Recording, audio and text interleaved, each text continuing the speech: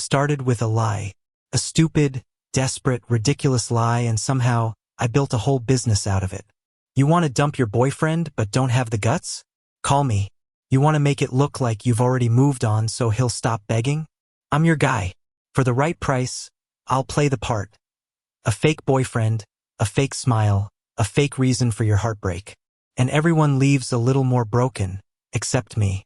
Or so I like to tell myself. But then came him. His name was Caleb Hart. Tall, golden-haired, with a voice that could wrap around you like warm honey, and a stare that made you feel like he knew every ugly truth about you, but chose to stay anyway. He wasn't like the others. He didn't hire me to escape, someone hired me to stay. Just stay. The first time we met, I expected the usual. A contract, a script, a fake argument in some cafe while his ex pretended not to look devastated. Instead, he slid the paper across the table, leaned back with that maddening calm of his, and said, "I don't want you to help me break up with anyone. I just want you around." I laughed in his face, thought it was a joke. But then I saw his eyes blue like the summer sky but heavy with something unsaid, and I realized he was dead serious. "Why me?" I asked. "Because you look like you know how to leave," he said softly. "And I need someone who won't." That was the beginning of the end for me. Caleb lived in an apartment that overlooked the Hudson River, the kind of place that screamed money but still managed to feel lonely. The first night I stayed over, I told myself it was just business. Sit on his couch, watch some show neither of us really paid attention to, let him lean against my shoulder when he pretended to fall asleep. Easy money. Except it wasn't easy. Not when his head rested against me like it belonged there. Not when his laughter rare, surprising, breathtaking broke through the silence like sunlight after weeks of rain. And not when I started waiting for his texts, the way a man waits for oxygen. "Still on for tomorrow?" he'd write. "Always," I'd reply, before I could remind myself that I wasn't supposed to mean it. The thing about lies is that they rot. They seep into the walls, the furniture, your skin, until you can't tell where the truth ends and the pretending begins. With Caleb, the pretending felt more real than anything I'd ever had. One night, rain hammered against the windows as if the sky was trying to break in. Caleb was sitting cross-legged on the floor, a half-finished glass of whiskey in his hand. His eyes were glassy, not from the alcohol, but from something deeper, something I wasn't supposed to ask about. "You ever feel like you're the ghost in your own life?" he murmured, staring at nothing. I swallowed. My chest ached in ways I didn't understand. Every damn day. He looked at me then, really looked at me, and something shifted.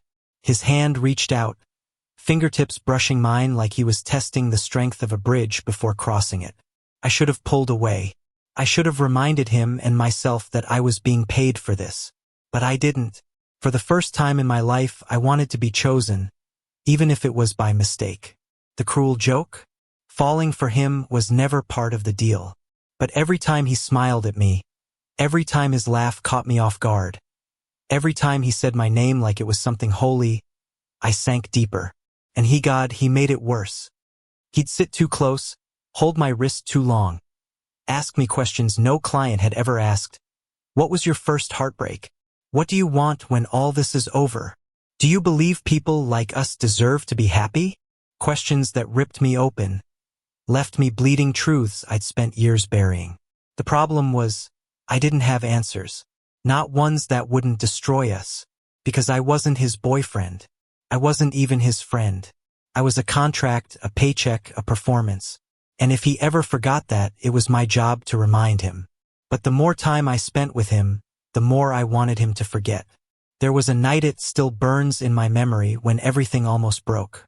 We were walking along the river, the city lights shimmering against the dark water. He shoved his hands into his pockets, his breath visible in the cold air. Then suddenly he stopped. "Stay tonight," he said. His voice was steady, but his eyes betrayed him. They were begging. I froze. I'd stayed at his place before, but this was different. This wasn't about convenience or comfort. This was a plea. "Caleb," I started. He stepped closer. Too close. The world went silent except for the pounding of my own heart. I don't care if I'm paying you, he whispered. Just don't go. And God help me, I didn't. But lies always demand payment. And mine were running out of time. Because Caleb deserved the truth. And the truth was, I wasn't his anchor, his safe harbor. I was the storm pretending to be the shore. The question was, when it all came crashing down, when he learned what I really was, would he still want me to stay? Caleb had this way of making silence feel like a confession. We sat on his couch that night.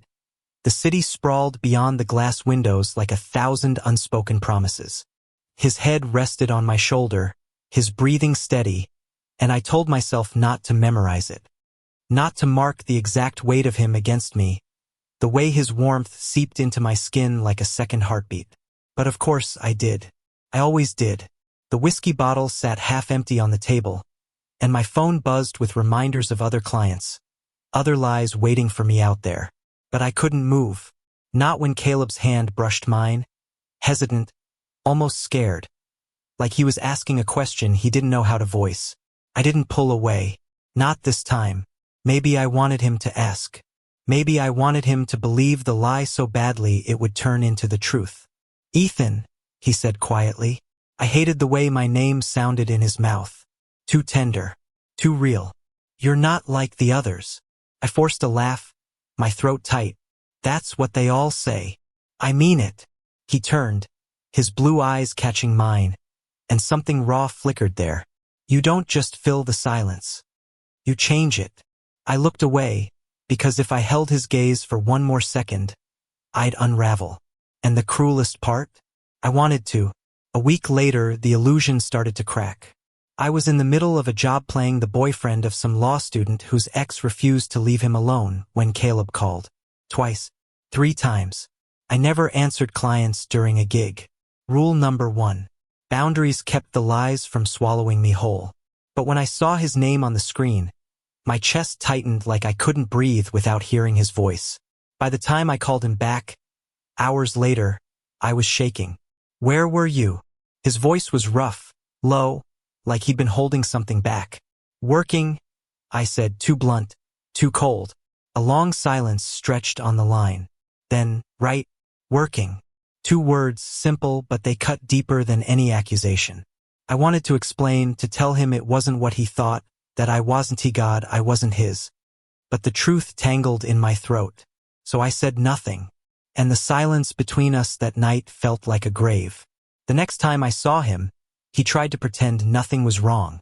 We went through the motions pizza on the counter, a movie half-watched, his laugh breaking through at the dumbest scenes. But every smile he gave me was tighter, like he was fighting something inside. Finally, halfway through the movie, he paused it, turned to me. Do you ever think about what happens after? I frowned. After what? This? He said simply, gesturing between us. When it ends. My heart sank. Why are you asking me that?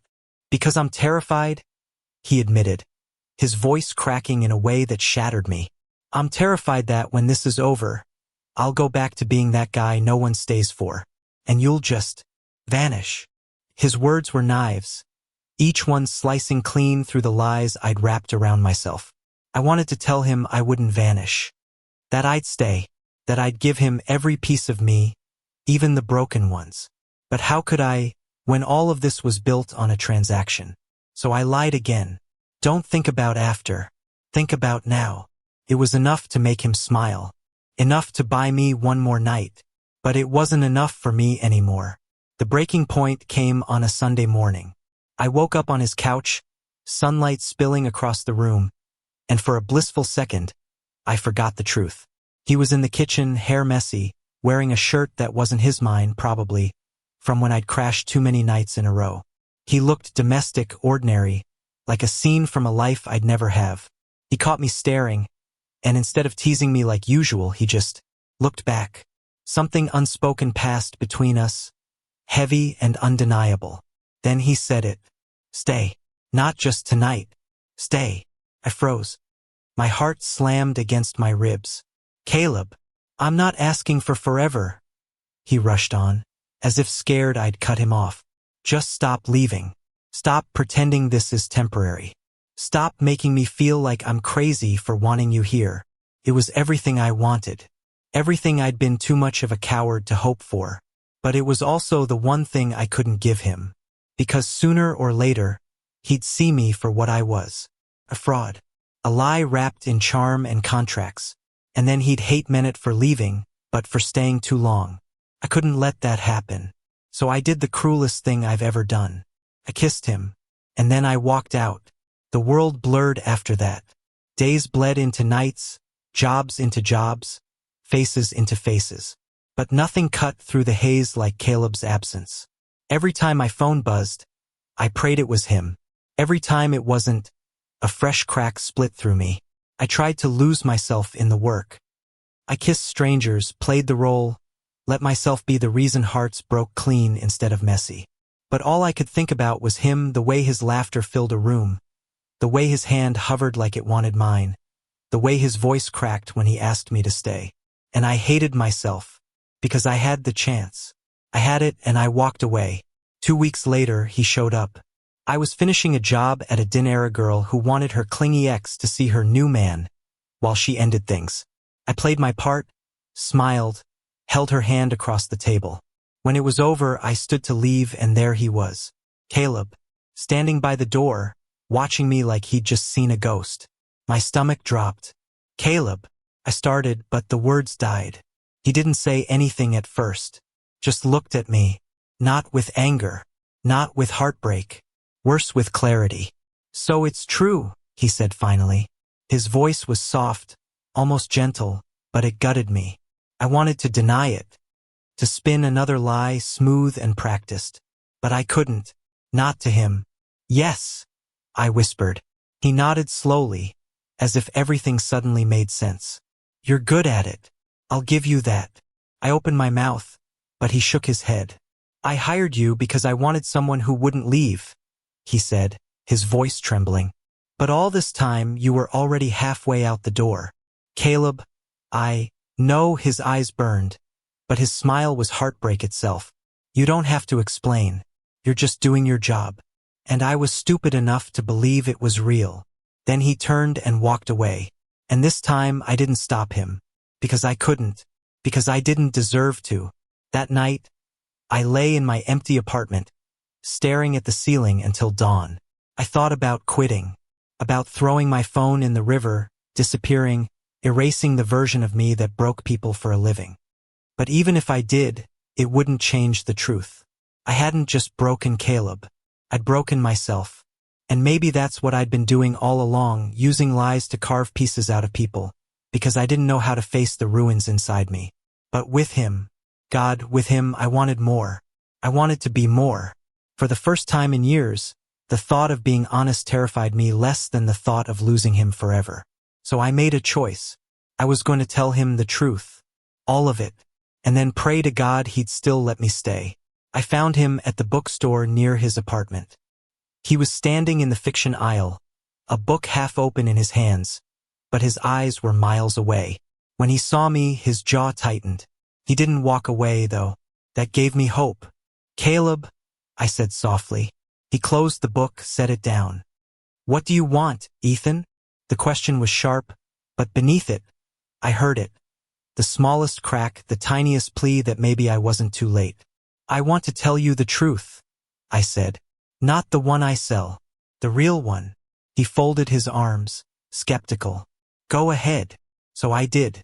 I told him about the first job, the first lie, the first time I realized I could make a living off being the reason relationships ended. I told him about the rules I'd built, the boundaries that kept me from drowning in all the pretending. And then I told him how he ruined everything. How you made me want to break every rule. How you made me wait for your texts like a kid waiting for Christmas. How you made me forget I was supposed to be lying. My voice cracked then, raw and trembling.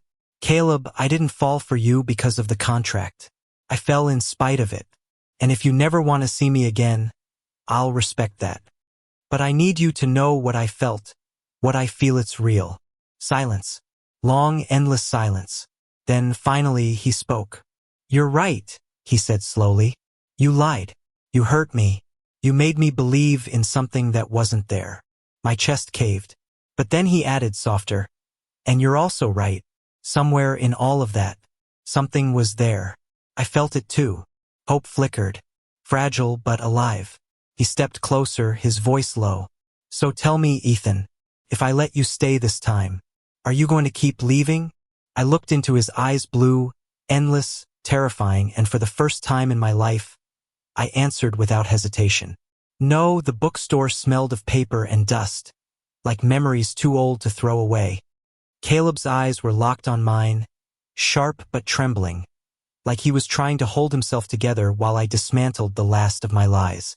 His words, if I let you stay this time, are you going to keep leaving? Hung between us like a trap.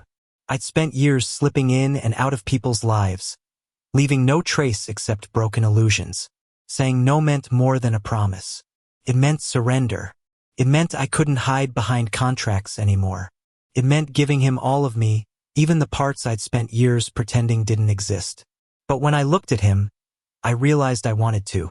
No, I said again, stronger this time. I won't leave.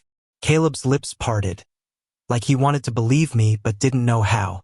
Then he turned abruptly, walking past me, toward the exit. Panic surged. Caleb, wait. I reached for his wrist without thinking. My hand closed around his pulse, fast and uneven beneath my fingertips. He froze, shoulders tense, but he didn't pull away. For a long moment, neither of us moved. People brushed past, the world humming along like nothing had happened. But for me, everything had narrowed to the feel of his skin beneath mine. Finally, he turned, his voice low. Don't make promises you can't keep, Ethan. I don't think I can survive another one. And with that, he slipped free and walked out. I should have let him go. But I didn't, because this wasn't another job. This wasn't another contract I could shrug off. This was the only thing that had ever felt real, and if I let him walk away now, I'd regret it for the rest of my life. So I followed. Out of the bookstore, down the street, through the noise of the city until I caught up to him. Caleb, I called, breathless. Please, just give me one chance. One real chance. No money, no contracts, just me. He stopped mid-step. Slowly, he turned, his expression unreadable. One chance, he repeated. I nodded, every muscle in my body screaming with the weight of it. One chance to prove I'm not going anywhere. One chance to show you I wasn't lying about how I feel.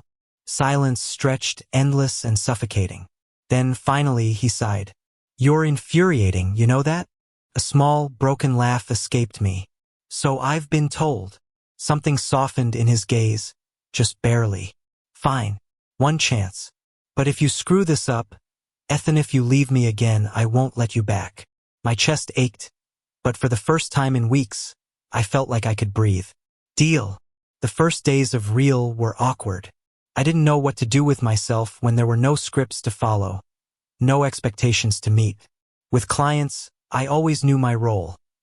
The charming distraction, the believable exit strategy, the lie they needed. But with Caleb, there was no script. Just him. Just me. And God, it terrified me. The first night I stayed, we didn't even kiss. We just sat on his couch, 2 mugs of coffee cooling on the table, a silence thick between us. Finally, he asked, so, what now? I laughed nervously. I was hoping you'd tell me. He shook his head, smiling faintly. I don't have the answers either. It was the smallest thing, but it felt monumental, like we'd both admitted we were stepping into something unknown. Together. Still, the cracks showed. I caught him watching me sometimes, his eyes guarded, like he was waiting for me to vanish. And maybe he had a right to. I'd conditioned him to expect abandonment. One night, as I reached for my jacket after dinner, his voice stopped me. You're not leaving, are you? I froze. The jacket hung halfway off my arm. No, I said quickly, dropping it back onto the chair. Not unless you want me to. He shook his head, looking away, embarrassed. Sorry. I just can't help it. I crossed the room before I could second-guess it. Sat down next to him. Took his hand, really took it, fingers lacing with his like it was the most natural thing in the world. I'm here, I said softly. I'm not going anywhere. For the first time that night, he let out a long breath, like he'd been holding it in forever. And I realized that wasn't just a reassurance for him. It was for me too. The night we finally kissed again, it wasn't born from desperation or anger. It was quiet. We were in his kitchen, both barefoot, music playing low from the living room. I was rinsing dishes. He was leaning against the counter, telling me about some stupid office drama with a client who thought expedited meant yesterday. Then he stopped mid-story, looked at me, just looked, and suddenly the air changed. My hands stilled in the sink. His eyes flicked down to my lips, then back up to my face. Slowly, like he was giving me every chance to pull away, he stepped closer. I didn't move. His hand brushed mine, tentative, asking. I answered by leaning in. The kiss was soft at first, careful, like we were both afraid of breaking something fragile. But then it deepened, grew hungrier, and all the weeks of longing, regret, and unspoken words crashed into us. When we finally pulled back, breathing hard, he whispered, "That didn't feel like a lie." "It wasn't," I said, and for once I wasn't pretending. Of course, the universe doesn't let you have peace for long. 2 weeks into this fragile thing we were building, I ran into one of my old clients. It was at a coffee shop, a guy I'd helped stage a messy breakup last year. He clapped me on the back, grinning like we were old friends. "Ethan, man, you still in the game? I swear you saved my ass with Amanda. Best fake boyfriend money could buy." I froze. My blood ran cold. Caleb was standing 2 feet away, coffee in hand. The client noticed him, smirked. "What, is he one of yours too?" "Shut up," I snapped, too sharp. But the damage was already done. Caleb's face went blank, his eyes shuddering. "Caleb," I started, but he was already walking out. I caught up to him outside, heart pounding. "It's not what you think," I blurted. He spun on me, fury flashing in his eyes. "Not what I think. Ethan, I just heard someone call you the best fake boyfriend money could buy. What the hell am I supposed to think?" "I told you," I said desperately. "I told you that's what I used to do. I don't anymore. Not with you." His jaw clenched. "And how am I supposed to know that's true? How am I supposed to know I'm not just another paycheck to you?" I stepped closer, hands shaking. "Because if you were, I wouldn't be standing here begging you to believe me. If you were just a job, I would have let you walk away in that bookstore. But I didn't. I can't. Because you're not a client, Caleb. My voice broke. You're everything." The words hung in the air, raw and terrifying. For a long moment, he just stared at me, his chest rising and falling with uneven breaths. Then, slowly, he whispered, "God, Ethan, you make it so damn hard to trust you." "I know," I admitted, "but I'm trying. For you, I'm trying." That night, he didn't send me away, but he didn't let me in either. We sat on opposite ends of the couch, silence heavy between us. Every time I opened my mouth, I shut it again, terrified of saying the wrong thing. Finally, he broke the silence. "You can't erase what you've done. I get that. But if you want me to believe this is real, you have to prove it." My chest tightened. "How?" "Quit," he said simply. "No more jobs. No more pretending for other people. Just be mine. Or walk away now." The ultimatum hit me like a freight train. My entire life, me income, my identity was tied to this job. But looking at him, I realized I'd already made my choice. "Okay," I said. My voice didn't even shake. "I'll quit." His eyes widened, just slightly, like he hadn't expected me to agree so quickly. "Ethan, are you sure?" I reached across the couch, took his hand, and held it tight. "For the first time in my life, yeah, I'm sure." Quitting wasn't dramatic. There was no grand speech, no applause. Just me scrolling through my contacts one by one, sending out the same message. "I'm out. Don't call me anymore." Some laughed, thought it was another trick. Others begged me to do one last job. But I meant it. I deleted the numbers, wiped the messages, and for the first time in years, I felt like I just stepped off a stage I'd been trapped on. And God, the silence after was terrifying. The money dried up quickly. I'd never saved much. Hard to save when you don't believe in a future worth planning for. I picked up shifts at a diner, scraping plates and smiling at strangers for tips that barely covered rent. It was humiliating. It was exhausting. It was real. But every night, when I dragged myself to Caleb's apartment and collapsed onto his couch, I knew it was worth it. Because for once, the life I was living wasn't a lie. At first, Caleb didn't quite believe I'd quit. He'd ask little questions like he was testing me. Busy today? Any old friends reach out? Each time I told him the truth. Each time he studied me like he was waiting for a crack. Then one night, I came home from the diner smelling like grease and coffee, and he was waiting with takeout on the table. "You actually did it," he said softly, almost to himself. Of course I did. His eyes met mine, and for the first time in weeks, I saw them unguarded. Not suspicious, not afraid, just warm. And then he smiled, and I swear it felt like the first sunrise after a storm. Trust, though, isn't rebuilt overnight. We stumbled. Sometimes I'd say something too smooth, too rehearsed, and he'd flinch. Sometimes he'd test me with questions that felt like traps, and I'd get defensive. We argued, slammed doors, went hours without speaking. But we always came back. Always. One night, after a fight that ended with me storming out only to return an hour later, soaked from the rain, Caleb grabbed my arm before I could apologize. "Stop running," he whispered, his voice raw. "Even when you're mad, even when you're scared, just stay." I nodded, chest tight. "Okay, I'll stay." And I did. The first time he told me he loved me, it wasn't under fireworks or candlelight. It was at 3 a.m. I'd had a nightmare, something I never let myself have when I was working, because vulnerability didn't belong in my old life. But this one shook me. I woke up gasping, heart pounding, tears on my face I hadn't realized were there. And Caleb was there. He didn't ask questions. He didn't press. He just pulled me against him, his hands steady on my back, his voice low in my ear. "You're safe," he whispered. "I've got you." And then, softer still, "I love you, Ethan." The words shattered me. Not because I didn't believe him, but because I did.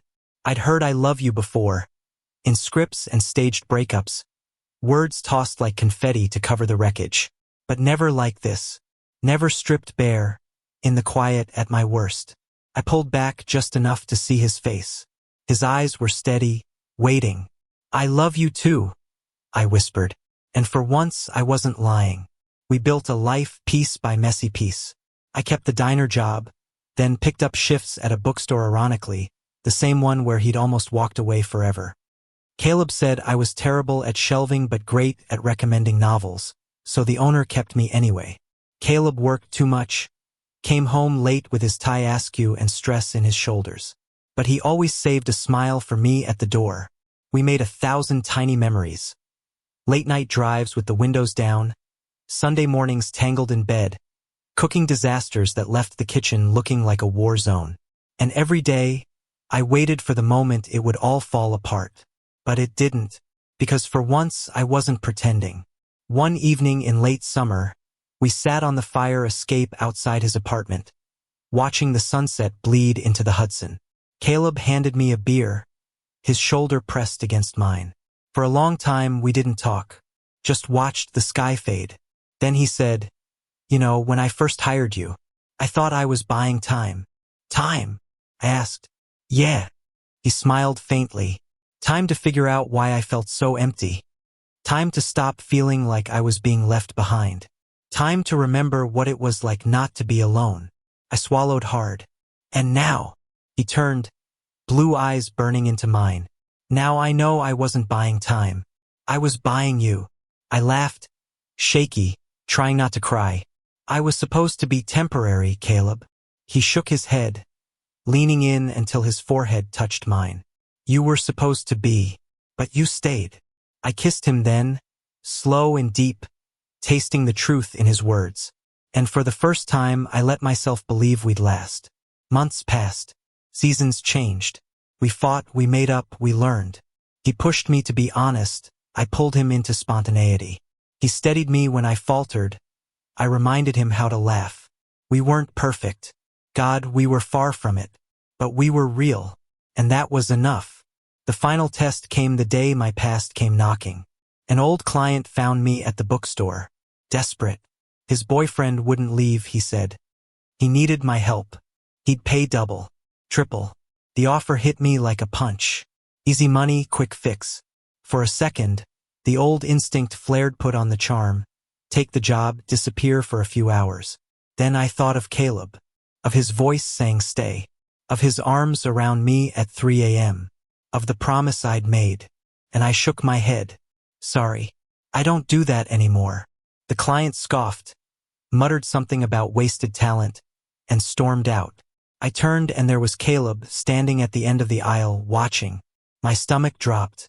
How much did you hear? All of it, he said quietly.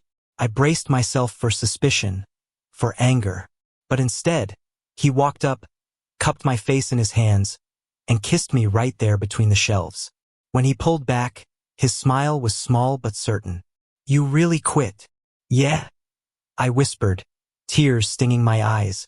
For you? No, he corrected gently. For us. That night, as we lay tangled together, his fingers tracing idle patterns on my chest, I realized something. For years, I'd made a living on endings.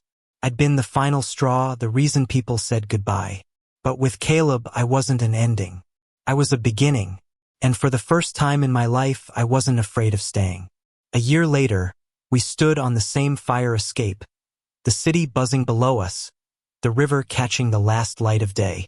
Remember when you told me you were the storm pretending to be the shore? Caleb asked, a grin tugging at his lips. I groaned. God, don't remind me. I was being dramatic. You still are, he teased, bumping my shoulder. Then his expression softened. But you're wrong, you know? About what? You're not the storm. You're home. My throat tightened. I kissed him, slow and sure, the kind of kiss that felt like a promise. And for once, I knew it wasn't a lie. Because I'd finally stayed. Because I'd finally been chosen. Because I'd finally chosen him. Thank you for listening. If you find it interesting, please like and subscribe to follow the next stories.